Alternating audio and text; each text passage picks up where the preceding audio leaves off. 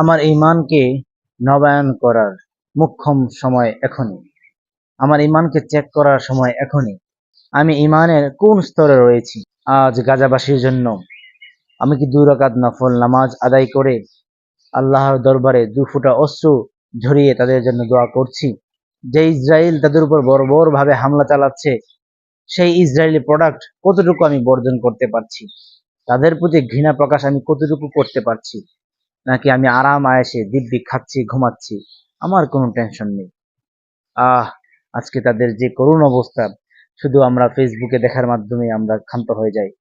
কিন্তু আমি কি 2 রাকাত নফল নামাজ আদায় করে তাদের জন্য দোয়া করেছি?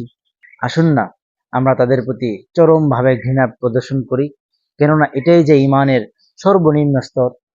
عن أبي سعيد الخدري رضي الله تعالى عنه قال سمعت رسول الله صلى الله عليه وسلم يقول من رأى منكم منكرا فليغيره بيده فإن لم يستطع فبلسانه فإن لم يستطع فبقلبه وذلك ضعف الإيمان।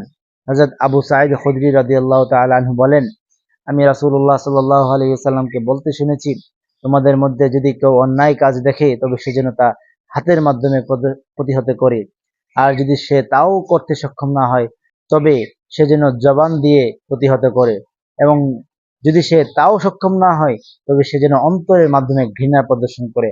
আর এটাই হচ্ছে ঈমানের সর্বনিম্ন স্তর।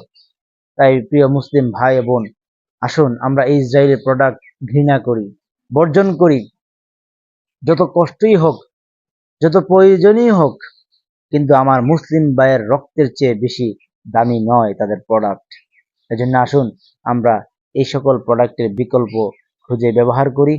অন্তত পক্ষে ঈমানের সর্বনিম্ন স্তর থেকে আমি আমার মতন করে প্রতিবাদ জানাচ্ছি। I hate Israel, I hate America, I hate Israeli products.